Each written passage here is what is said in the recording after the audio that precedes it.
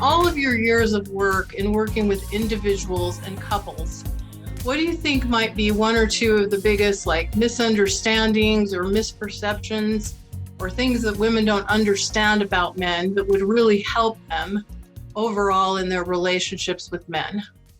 Well, right off the bat, one of the things is to realize that men don't understand women. When men say things and do things, women interpret it as if he meant to say that and hurt my feelings. He just doesn't know how men and women are different. And it's wonderful to have this conversation to explore and understand men better. But the first step is to realize men don't understand women. And second step is to realize that men react to things, generally speaking, very differently from women, particularly when men are coping with stress. Ironically, if you're feeling really happy and fulfilled and your stress levels are low and you had a good night's sleep and you ate something good that day, so you're in balance. Men and women aren't that different because we tend to be, very relatable. I can relate to that. I'm open to that. But as soon as men and women start to experience stress or disappointment or frustration, and that frustration could just simply be he doesn't know what she needs. And that's very important. If you recognize that somebody doesn't mean to do something, it has a different reaction than you feel they purposely did it. There was a study done on, there's lots of studies on this, but one was on in India on boats. Now, I remember being on China and I was on this lake and tourists could go on a boat, but we don't know how to drive boats. They're slow moving boats, but they don't turn quickly. So without experience, you can easily bump somebody's boat. Well, if you bump somebody's boat, nobody gets upset about it because we all know we don't know how to ride boats. But if somebody knows how to drive a boat and they bump your boat, then they did it intentionally, then you have a big reaction. So intention is really, really key to how we react to each other. And we have to realize that much of the time we think our partners are intentionally not being loving when actually they're just having a normal reaction that has nothing to do with you. So we'll explore those different reactions as well. But the key thing is to realize that men and women react differently to situations. They have different priorities than each other. For example, to feel loved. Many men don't need a lot of affection. Instead, they would want more sex. If you just look commonly, there's always exceptions to everything I say, but men are designed to go for the sex to a certain extent, more than women. And women are going to go for more safety, security, affection, warmth, and men don't necessarily relate to that. And now let's bring it down to a biological level. The hormone that makes men feel good, that creates well-being in men, is testosterone. He needs 10 times more than women, and women need 10 times more estrogen than men. Now, that's really important. Estrogen's more about feelings and emotions and intuition and relationship, and testosterone is more about sacrifice, overcoming hurdles, solving problems, facing challenges, feeling successful. So not that women don't thrive when they're successful, they're making testosterone, except women need to make more estrogen, and estrogen can push testosterone down, and testosterone can push estrogen down. So they, like a seesaw, they balance each other.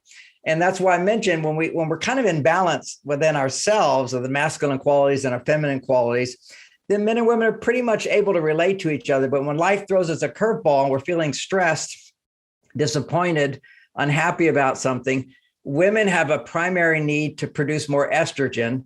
Men have a primary need to produce more testosterone. How do you produce testosterone if you're a man? Well, one way is to disconnect from anything that produces estrogen, which would be his girlfriend or his wife. So that's called men's cave time. And for women, when she's experiencing stress, to feel good, one of the things that raises estrogen is connection, talking, sharing.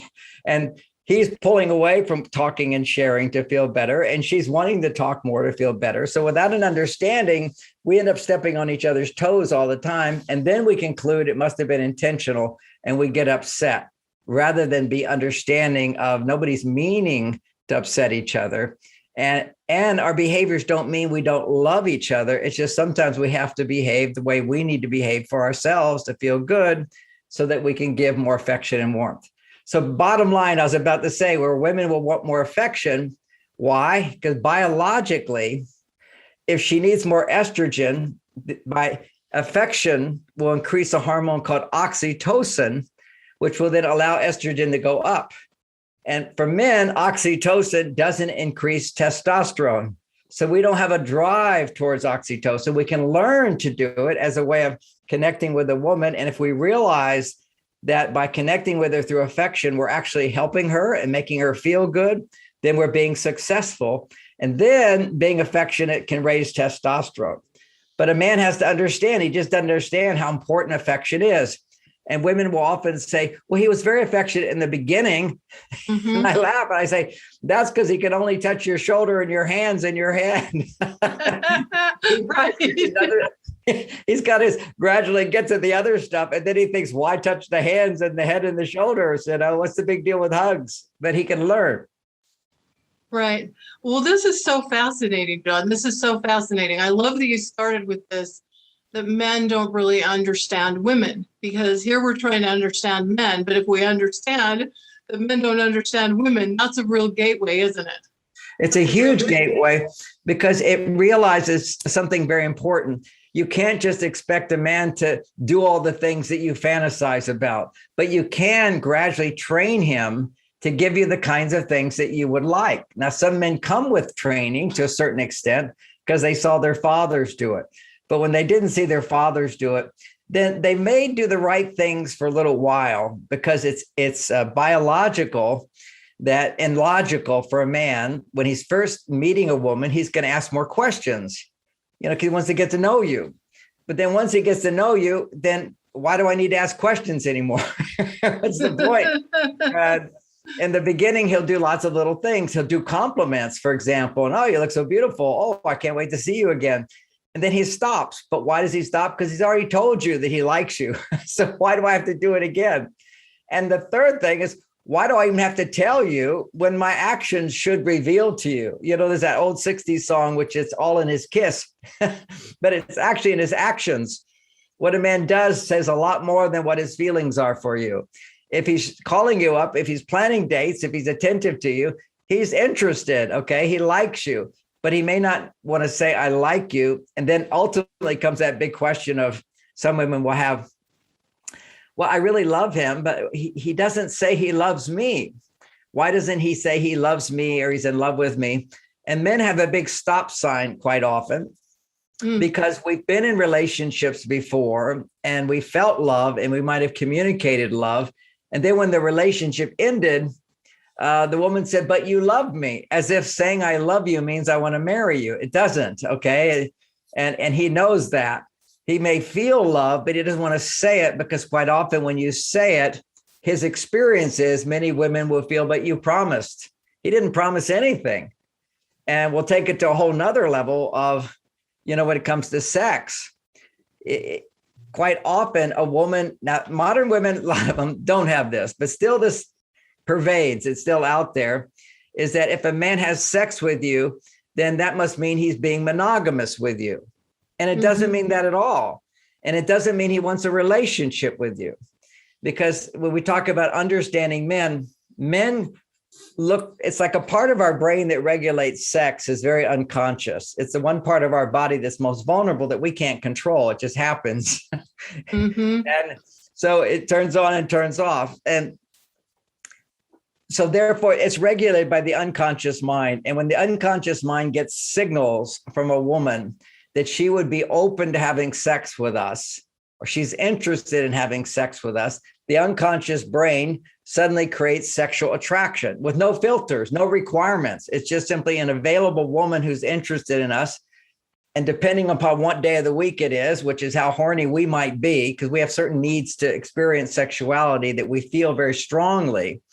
Not all women do feel it so strongly. What they'll do is when they feel safe, when they feel a man is interested in her, her estrogen levels will start to rise, and then that puts her in the mood. Whereas, so she has way more requirements. Now, that makes sense, doesn't it? Because if thousands of years, if a woman was just to have sex with anybody and have a baby, well, that wouldn't be smart. You want to make sure you filter out all the guys that are not that interested in you to follow through as fathers if you're going to have a baby. Whereas today with birth control, that's women can say, well, that doesn't matter anymore, except that we've got a whole hormonal system that's built up that adapted for civilization and evolution and so forth. And so women have more requirements before they're going to feel sexual. Men have very few requirements to feel sexual, except a green light. Right. and a green light in a place, maybe, right? What was that again? I said a green light and maybe a place. A place. You're right. You'll find a place.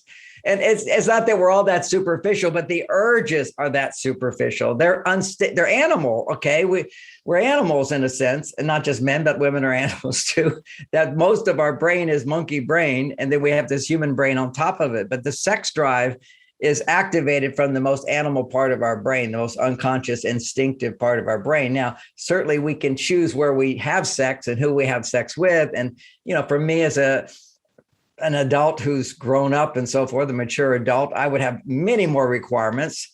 Being in a monogamous relationship for 34 years, you bond through love and through service and commitment, such that you're not even turned on to any other women if they want to have sex with you or not, because you've bonded with your partner. And why would I eat at McDonald's when I have steak dinner at home? Mm-hmm. T-bone at home. Why do I have to go there? If that's what men wake up to as they mature, is that the purpose of sex as a human, not just a monkey, the purpose of sex is to make love. It actually allows you to bond more with your partner. And women often feel a great need for love, that they need love and relationship and so forth, particularly because those things produce estrogen. But we know biologically when her estrogen levels go very, very high, then her testosterone levels will surge. And then she feels a strong desire for sex, which would be different in different women, but it tends to be the prerequisite is high estrogen before the sex drive comes up.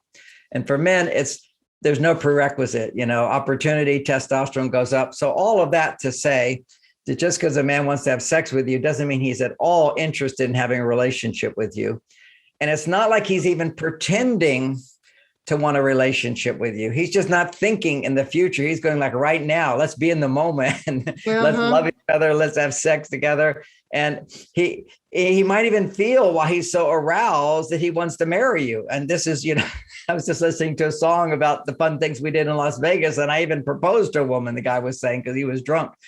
But when the estrogen levels through sex start to go high inside of men can feel temporarily that they want to have a relationship. But as soon as his testosterone drops right after sex, then that all goes away.